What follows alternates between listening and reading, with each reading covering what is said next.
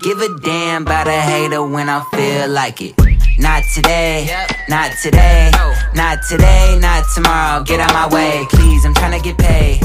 Not today, not today.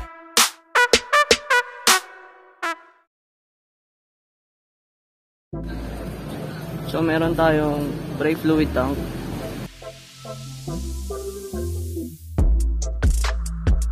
side mirror holder. Let's go, babaklasin na natin ang ating lumang Nissin brake.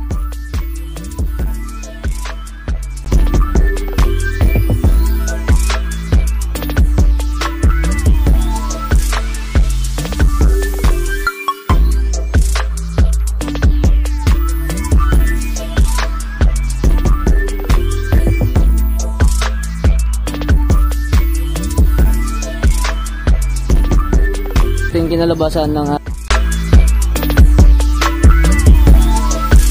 ating Brembo, ayan, sa ating stock caliper, tapos hanggang pataas doon. Right, nakabit na natin ang ating Brembo doon sa stock caliper.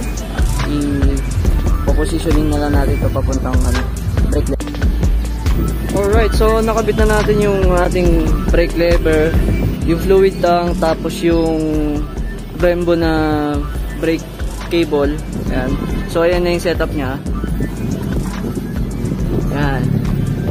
So in-adjust ko na rin yung play nya para hindi sumabit sa nandito yung ating switch para sa ating start tsaka sa ating brake light. So ganito yung itsura ng front. Ayan. Ang kinagandahan lang kasi dito, meron siyang socket para malagyan mo siya dito para hindi ka na magpapatong dito sa side mirror. Yan, para diretso. So hindi naman siya nakaka-apekto sa aking braking. Yan. May bakante pa naman, mahaba pa naman yung bakante.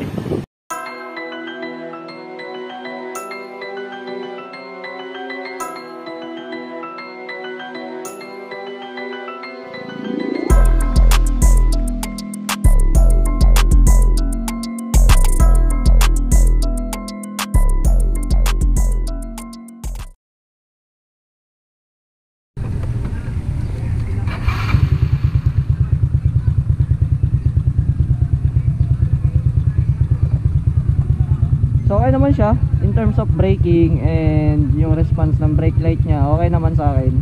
At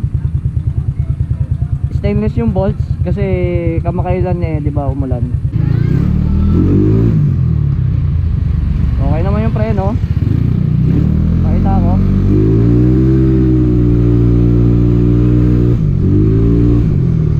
Ayos naman. Okay naman siya.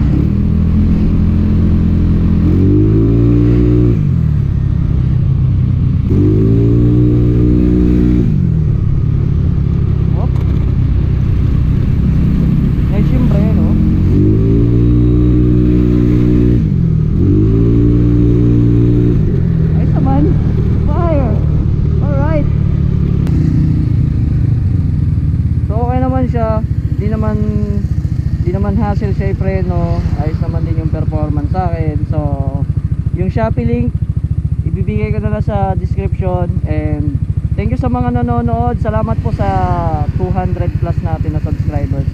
Thank you po sa mga naniniwala sa akin kahit hindi naman masyado tayong pala vlog.